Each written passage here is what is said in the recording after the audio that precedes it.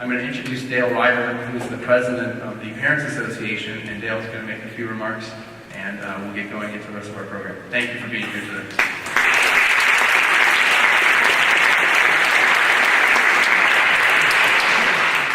Well, good morning, everybody. It's nice to look out and to see so many people that I know and people that I've become friends with. It's really nice. I'd like to take a few minutes to share the experience that my husband and I have had as parents, to talk about how you can get involved in supporting your children and the school through the Parents Association, and how we communicate and respond to parent feedback and suggestions. Lindsay came to St. Mark's 3 years ago, a quiet, reserved 14-year-old who loved to play soccer, but did not play any other team sports. She was a strong academic student in middle school, but had no idea what she wanted to study in high school. Don and I heard her talk a lot about what she had to do in school, but very little about what made her excited about learning. She had many friends at home with whom she had grown up, but knew no one here at St. Mark's. Now in the fifth form, Lindsay is such a different person that it's hard to recognize the shy young girl who arrived on campus 3 years ago.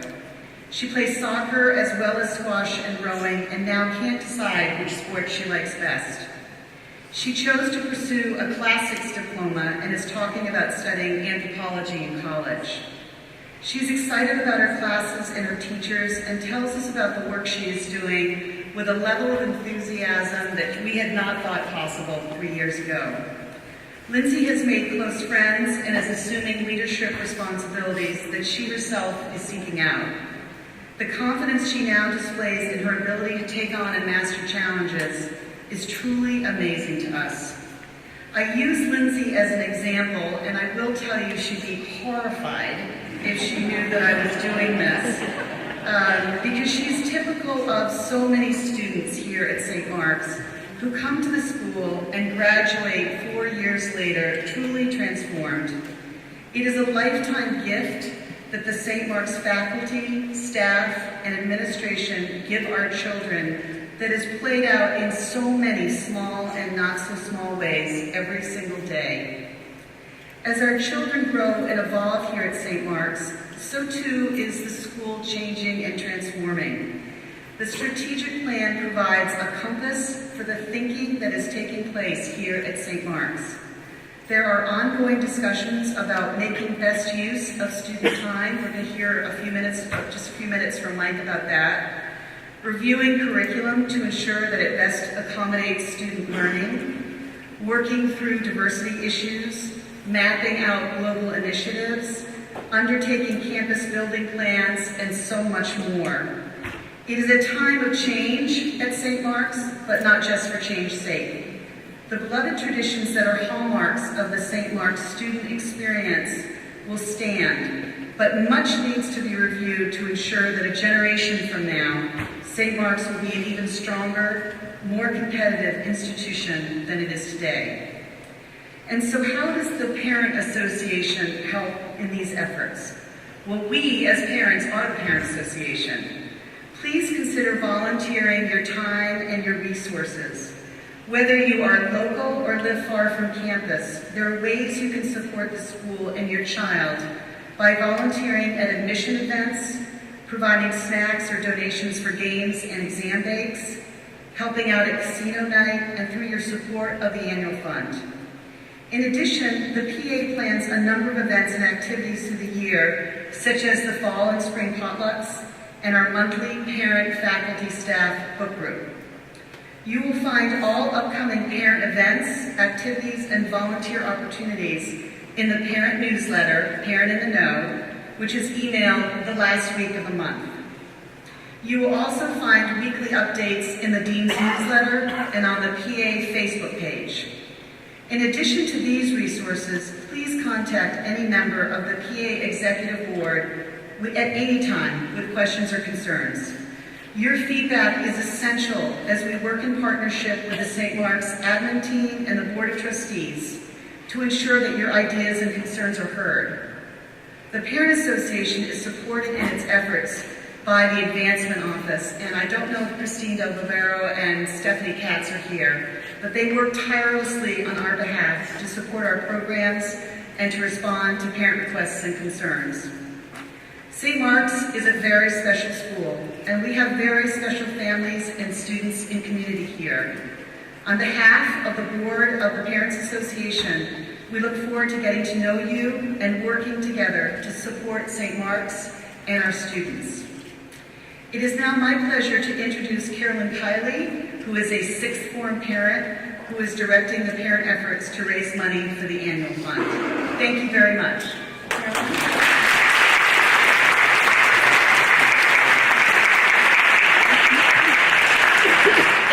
So much, and I had to smile when Dale said that her daughter didn't know that she was talking about her today. My daughter does not know that I'm going to be talking about her today either, so don't tell her. I have tough shoes to fill, but I've got a wonderful team behind me for the St. Mark's Annual Fund, and the Annual Fund makes up the difference between the cost of tuition at St. Mark's and what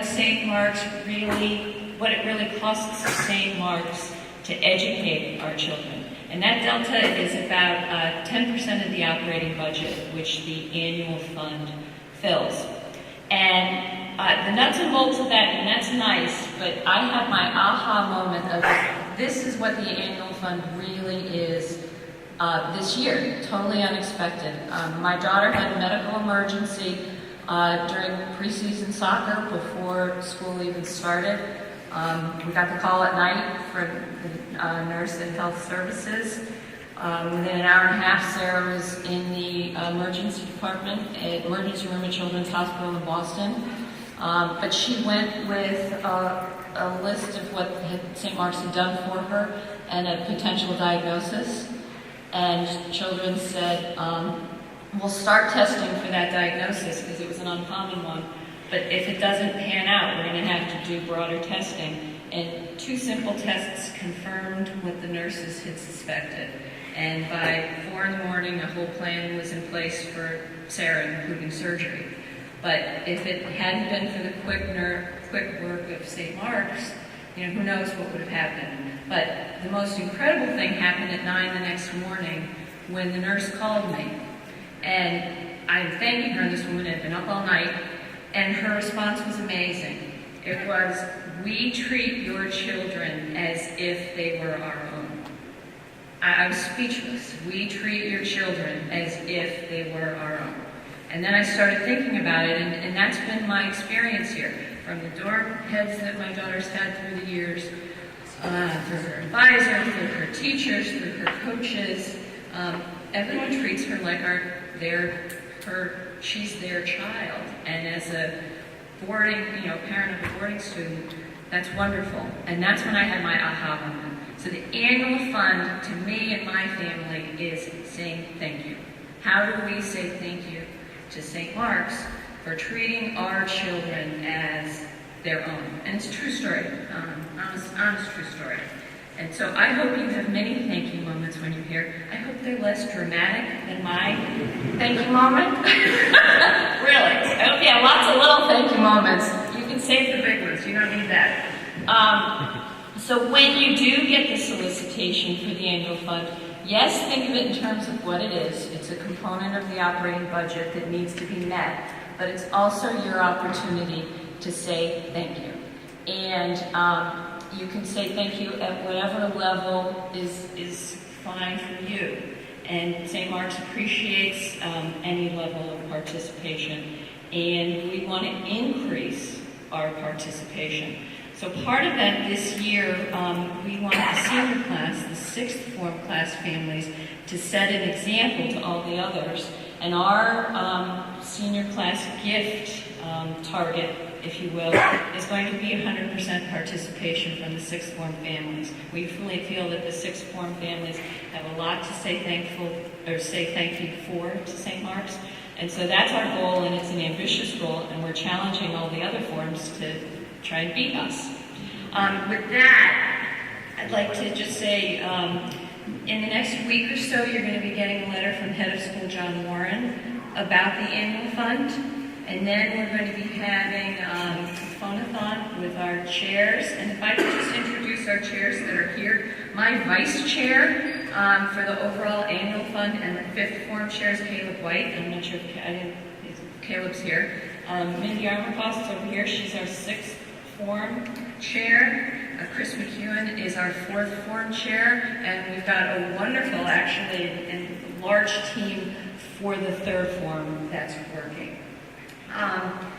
Again, participation at any level is greatly encouraged and appreciated. And when you're contacted, you can either agree to a donation or a pledge. And donations by the end of the year are tax deductible. At the end of the calendar, just this calendar year by December are tax deductible in this year. We are always looking for volunteers. We are a very inclusive. Well, everything here is a very inclusive group. We're a very inclusive group, and we try to encourage flexibility in, so you don't have to be local to participate with us. We welcome everyone. And again, I hope you have lots of thank you moments. I know I'm very proud to have been here all this time. And if you have any questions or anything, I'll be available afterwards. And thank you for all of your support that you've done in the past for the annual fund and for what you will be doing.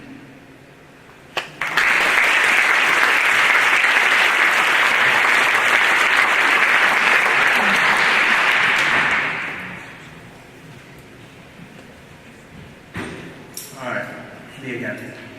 I wanted to bring the Parents Association up to speed on our schedule review project. So Ben, go ahead and bring that up. Yeah, it's coming.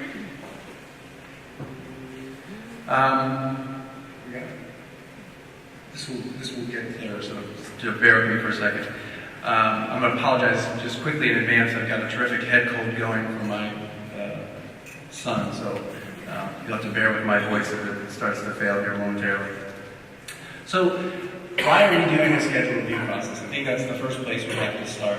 As you know, the Board of Trustees adopted St. Mark's 2020, which is our strategic plan, and that is a very ambitious and bold plan that focuses on the academic and intellectual qualities of the school. In doing that, the Board of Trustees agreed that to run the plan and not look at aspects of the school as they currently are would be to invite failure in the plan. And we need to question some of the assumptions we've had. And one of the main assumptions, and it comes up from faculty, it comes up from students, parents, I'm sure you're well aware, is the use of time. And so we're looking at the use of time in our school. So here are the priorities that John Warren laid out for the project. We need to think about how we allocate time across 7 days. So don't be alarmed by 7 days in that we're contemplating classes on Sunday. We are not. Not part of the equation. But we have to look at all the time available to us across 7 days from August to June. And we need to make sure that we're hitting on the three main categories that define our school community: the academic, the character, and the sense of community that I referred to earlier. So we're building on all of this as our foundation, and this is what Mr. Warren laid out for us. The academic, increasing the intellectual vibrancy of the school, St. Mark's 2020 is all about that top priority while not ignoring the character and community aspects. We're going to continue to be an intentionally small residential school, as our mission statement indicates. We will continue to educate students for lives of leadership and service, and to value cooperation over self-interest. So the mission statement still holds and is still the foundation for this work. So what I'm going to do is walk you through the process, some of the questions that are facing us, and then at the very end I would love to entertain questions, because I'm sure this will raise some questions for folks. So here's where the goals start. So what is our process? John tasked me with leading this process last spring, and in doing so, I decided that the best way to approach this would be to break the process down into a number of committees looking at different aspects of time. So one is, what does Monday through Friday look like? The other is, what does Saturday look like? And then the third was a suggestion that came out of some task force work run by faculty members last year around investigating the possibility of a Jan plan. I'm going to use Jan plan in air quotes because it may be in May. It may be bridging March break. There's some to be determined out there around actually a lot of this stuff. So I'm just trying to bring the Parents Association up to speed on the kinds of conversations that we're having right now. So we have 3 committees that are active, and they started last spring. I invited some faculty members in as co-chairs, and then the co-chairs from each committee and I sit together in our steering committee. Students and faculty will not experience time as, well, this is my Monday to Friday time, this is my Saturday to Sunday time, and time is a continuum, and we experience the school year as a whole. So it's important that there's some oversight of the process so that whatever Monday to Friday looks like makes sense with the plans for Saturday, that the overall academic program, athletic program, residential life program is attended to as we contemplate these changes. So we brought the groups together.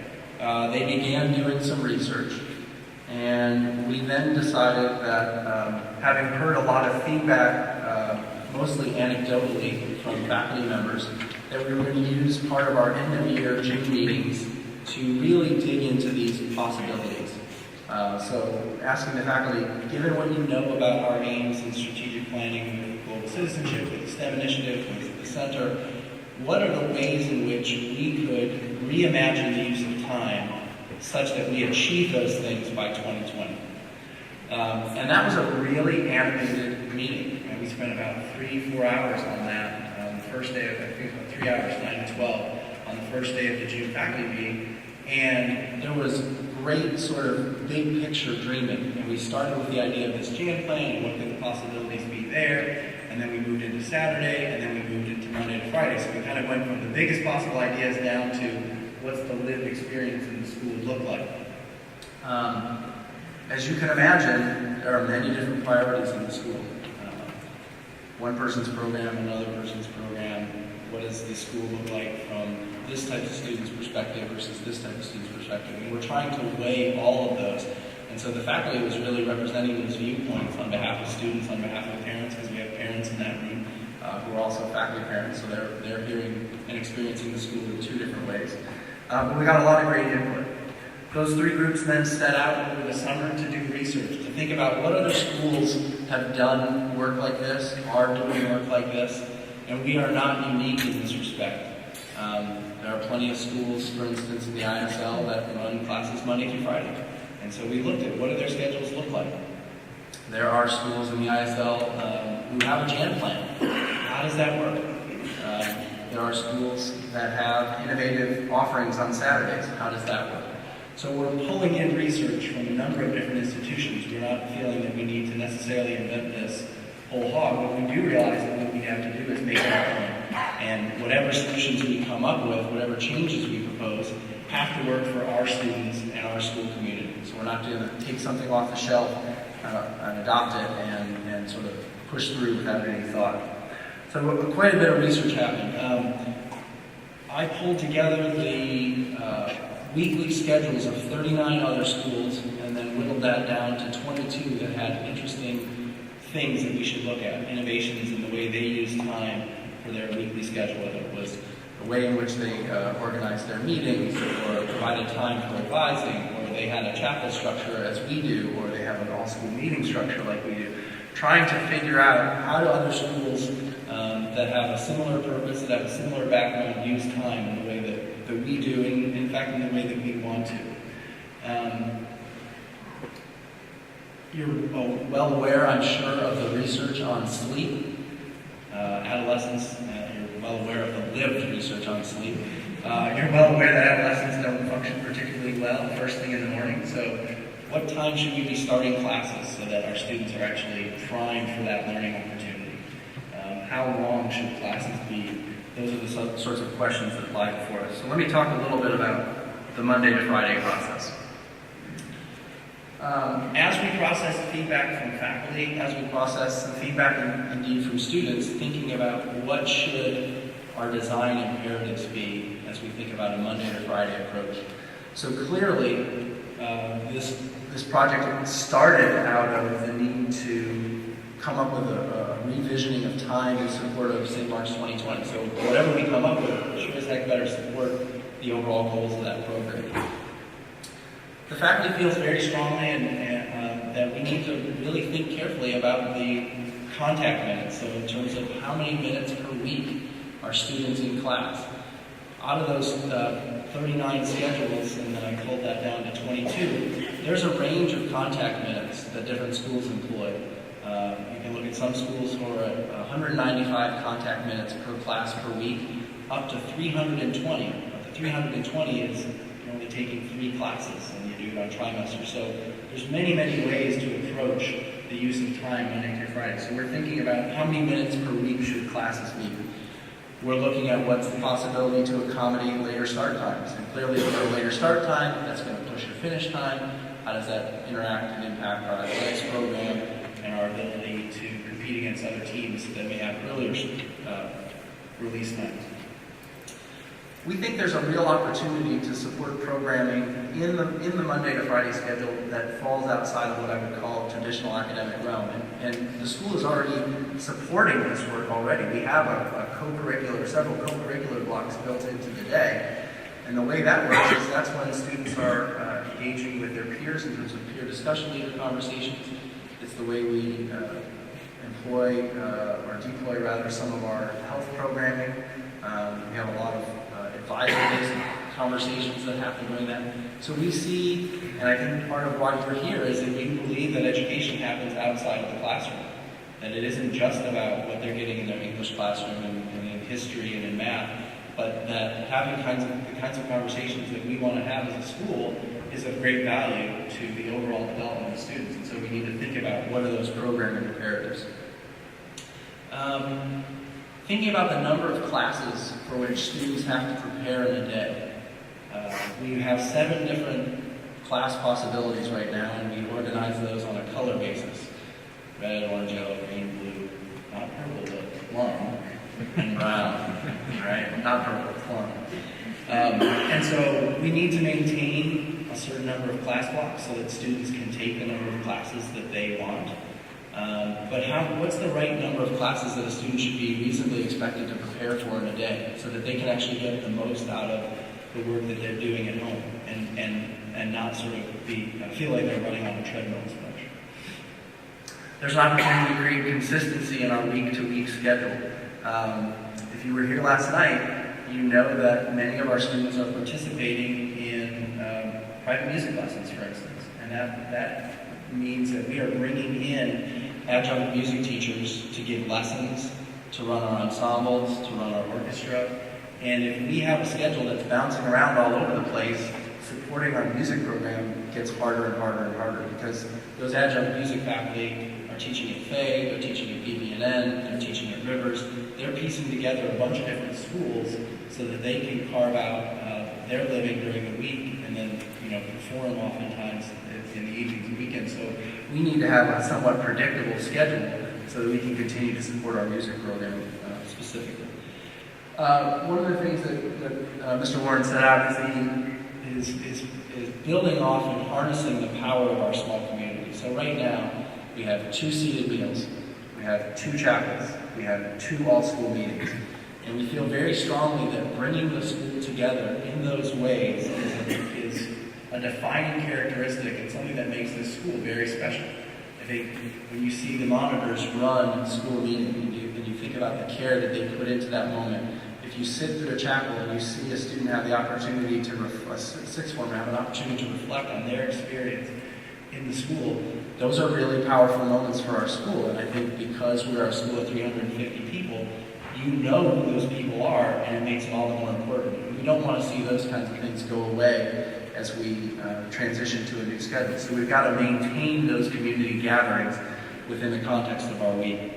So to be determined, I'm not going to present to you, here's what the schedule is going to look like. But these are the things that we're talking about right now.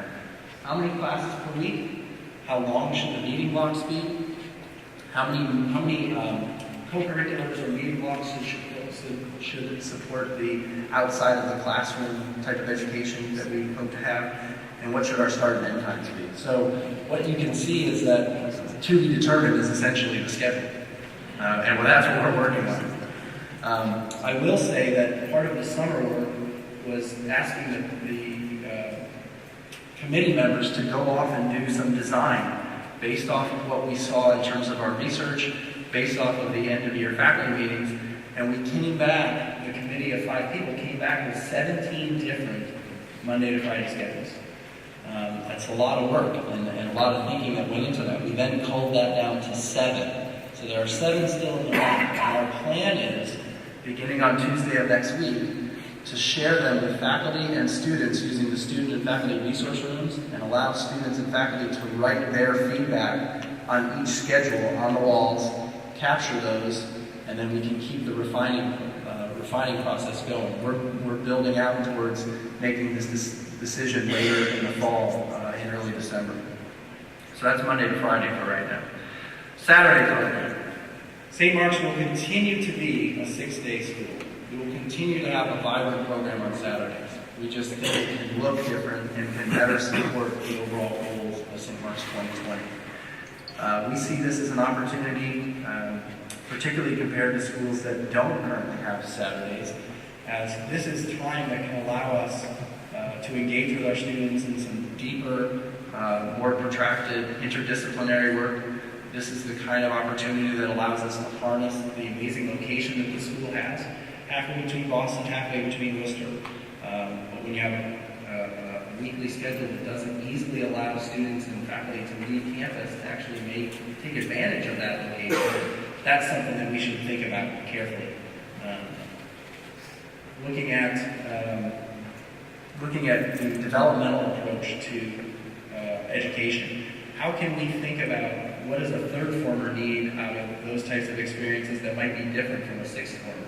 You know, a third former is going through and thinking about many different things that sixth formers have either figured out or they're worried about an entirely different set of issues. You know, sixth formers in the fall, they're focused on the college process. Third formers in the fall are focused on where's history. So that's a different set of needs, and I think what this gives us an opportunity to do is address each of those needs on a form-by-form basis. I mentioned leveraging the location.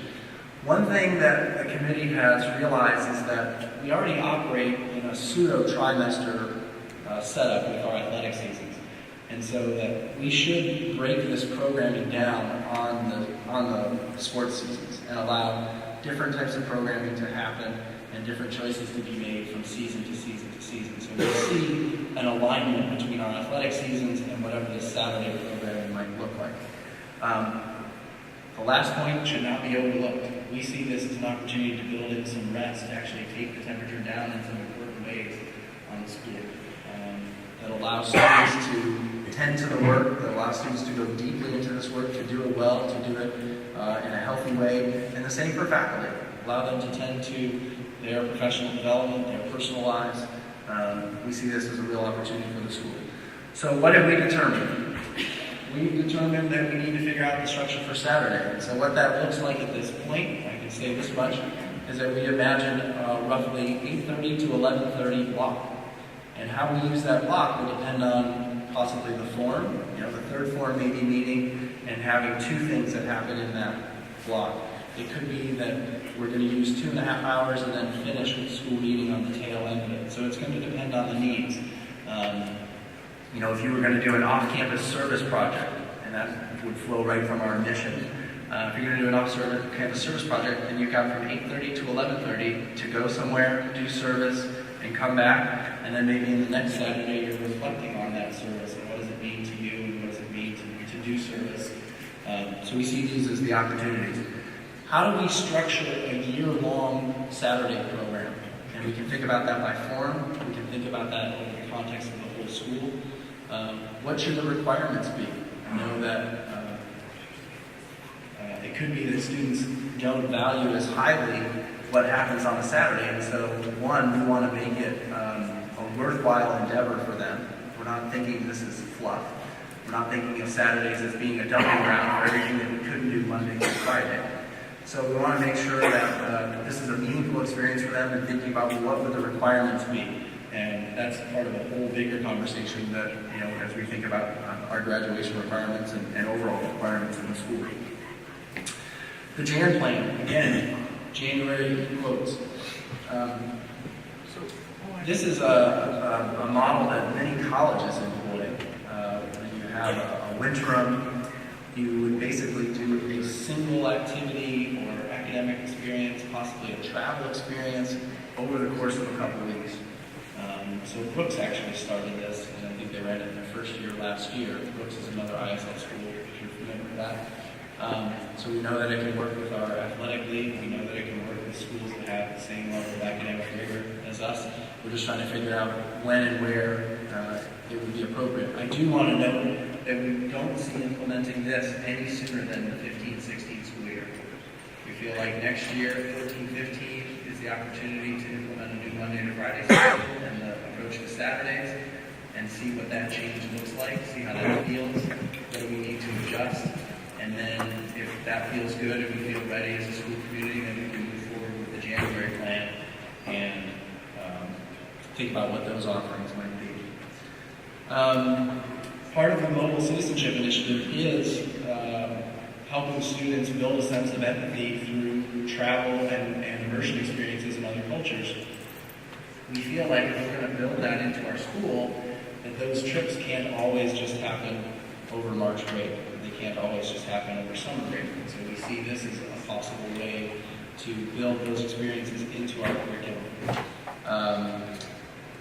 It could be the opportunity for a student to do an extended piece of research. It could be an opportunity for the robotics team to really get that robot in top working shape in advance of the January contest. So there's many different opportunities that this 2-week single immersion experience would present. And it would also, I think, help break up a long New England winter, perhaps.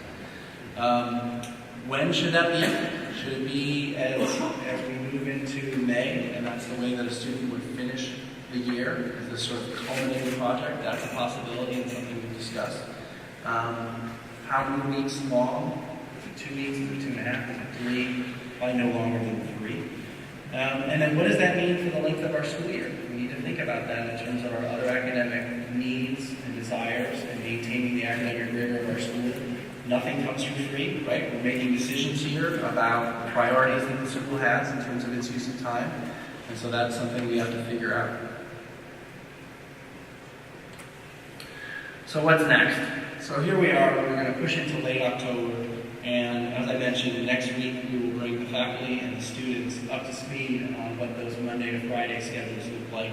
And then probably the week after they've had a chance to digest that a little bit, we'll give them our best thinking on the Saturday program.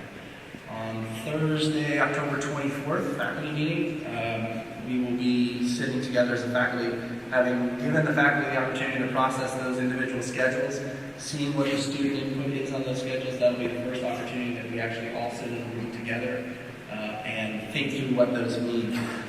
What we are going to ask the faculty to do is think about the schedules in the following ways. What do you like about the schedule that you're seeing? What are possible refinements to the schedule? What are the program implications for the schedule? And what would the challenges be of the schedule presented to your program? And so we have to evaluate those, and we're going to make choices based on all that input and feedback. With John out of town, I've been working with the monitors, and I've previewed this work with them. And now that we've finished the elections for the Student Voice Committee, I plan to be working with the monitors and the Student Voice Committee to make sure that there's a strong student voice in this process. I think it would be a huge mistake for us to go through this process and not see what the greatest users, the 350 students who go from class to class, say about the schedule. And so we're really going to work hard to make sure that their voice is included in this. I think the students use that student resource room very, very well, and the opportunity to use that room next week and the week after to get their feedback, I think that's going to be a pretty lively discussion from them. Our goal is to next week the 24th again, go to the faculty, get some input, and then take all the input that we've had and go back and refine and revise. Right? It's a good scientific method or engineering design process. You continue to build off of feedback that you get, and then we'll come back hopefully in December with a sense of what these structures would look like. So you can see that here I'm standing on the 12th of October, and I've got some ideas about the questions that need to be addressed, but I'm not presenting you any structure. So between now and the beginning of December, as we get this feedback, there's going to be a lot of refining that has to happen. And then the plan is for, we're going to, in the spring and summer, we will work to make whatever changes, whatever professional development needs need to be made available, funding for faculty to come up with Saturday programming, all those kinds of things. We will undertake that in the spring and then into the summer, and then the idea would be in the fall of next year, 1 year from now, we would have gone through the first 4 weeks of our new Saturday program and our new Monday to Friday schedule. That was a lot. I'm sure I've raised questions and or concerns, and so maybe if we could bring the house lights up, I can see folks, and I'm happy to entertain some questions here for a bit. If you have to leave, no offense taken, but that's what I got so far. Questions? Mike?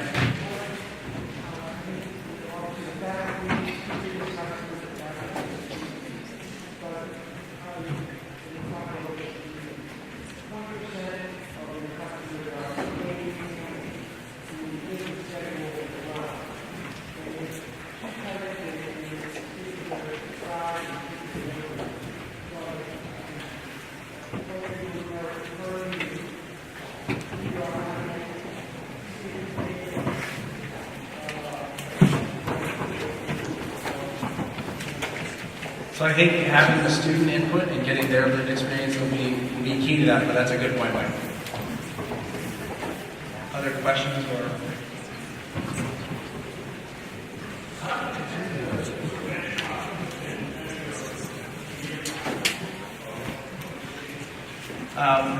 When we changed to the current 5-day schedule, which was a change made 2 years ago, we went to this 3-day-a-week, 5-day schedule.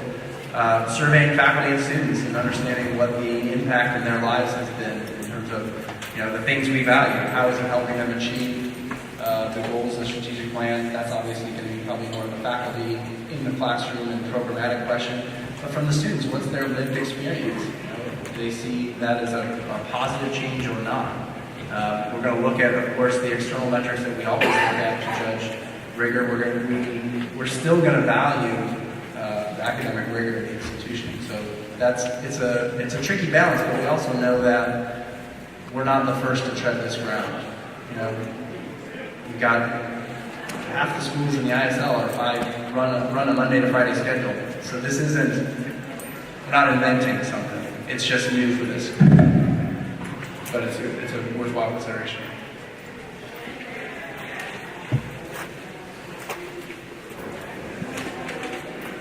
So the question was, would the January plan apply to all forms, or would it just be for the 6th form? The idea is that it would have to be for the whole school. We wouldn't, I don't know how we could, given the way the classes run and simply from a supervisory and faculty standpoint, it would be impossible to segment off, where you just work with 6th formers, how will the rest of the classes run? So it would have to be an all-school piece.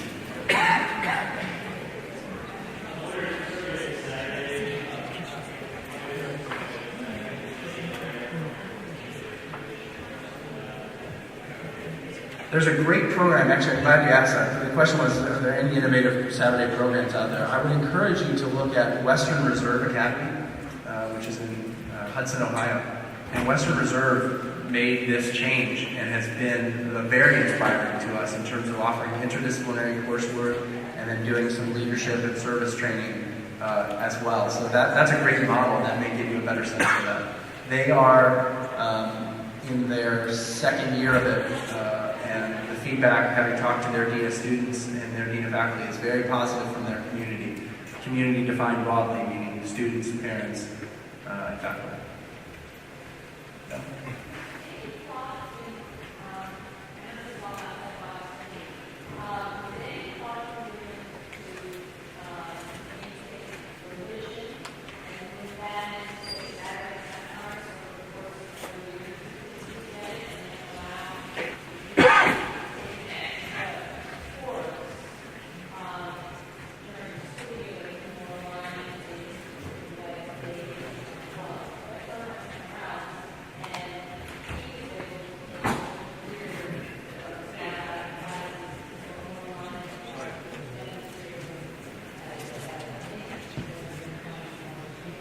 So I would say that's another to be determined as far as what does the tie between, do we use Saturday as the time for, say, an advanced class to go more deeply, or is Saturday the opportunity for something like that, or is it interdisciplinary? So that's another one of our to be determined. I'm going to take one more question because I know the college office is up next, so I don't want to step on their time. Go ahead.